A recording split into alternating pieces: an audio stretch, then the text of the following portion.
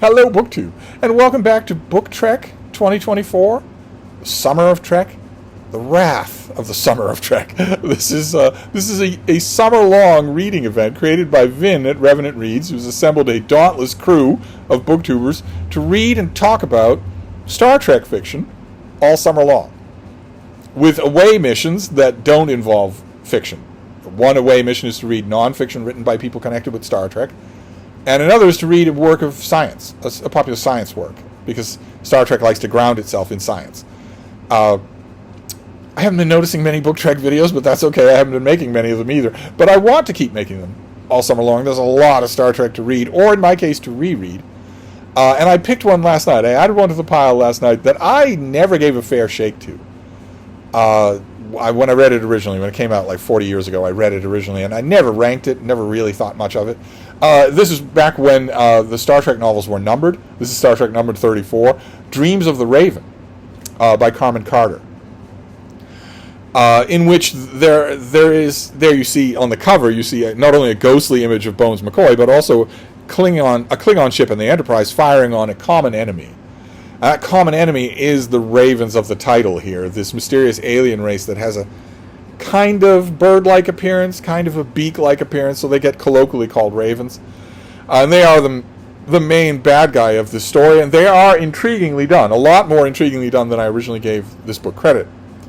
But the main thing that you're going to notice in this book, the main plot line, is that an attack on the ship, a catastrophe on board the Enterprise, seriously injures Dr. McCoy. And although he doesn't die, he does have a very special kind of fiction amnesia. The kind of amnesia you only get if you're a character in a novel, where he has suddenly regressed to an earlier stage in his life. He's regressed to a time when he was a young man. So before he knew Kirk, before he knew Spock, before he was chief medical officer on board the USS Enterprise. And that person, he's healthy other than that. So that person has to encounter all of these characters more or less for the first time, including his two best friends, Kirk and Spock. And when I read this originally, I thought, okay, well, the aliens in this story aren't very well drawn. The Klingons are well done, and I guess the crew is well done, but that's not how amnesia works. That's not how any kind of mental trauma works. This is such a gimmick. I've seen it before. It happens in Fate of the Phoenix by Sandra Marshak and Myrna Culbreth, another Star Trek novel. I've seen it before. It's believe it or not, my main problem with this book when I read it the first time is that it made too much of a demand on the willing suspension of disbelief in a Star Trek novel.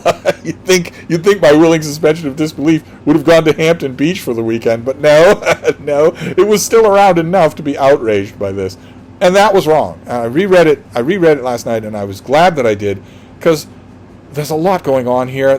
I would say that the main science fiction plotline about the Ravens is still not well done.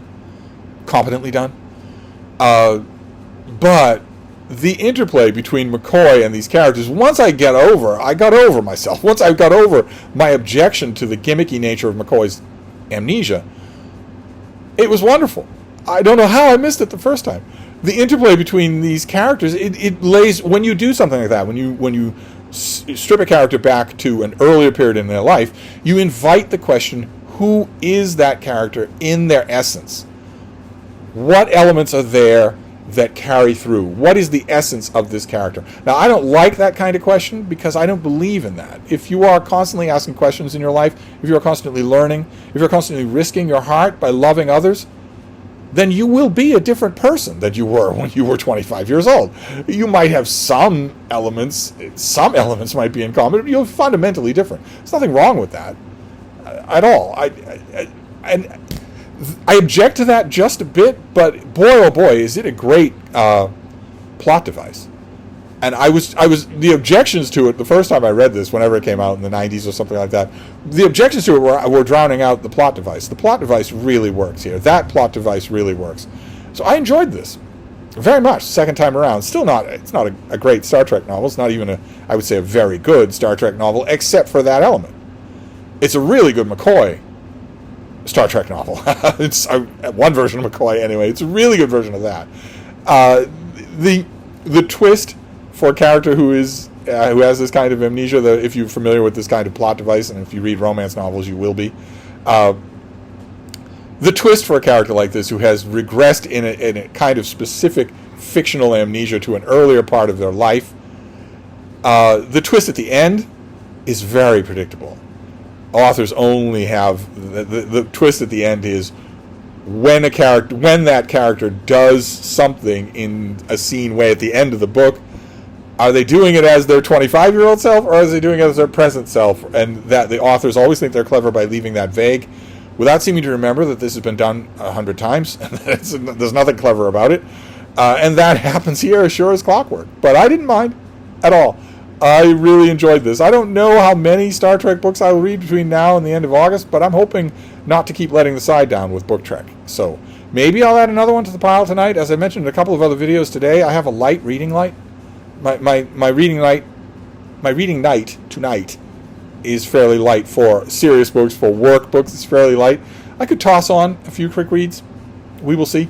I'll see if anything calls to me, and otherwise I'll give it a couple of days, but not a whole couple of weeks. It's been way too long since I talked about Star Trek. So I will get back to it. I'll get back in the rut of things. So I'll wrap this up for now, a quasi-recommend, and I'll see you next time. Thank you, BookTube.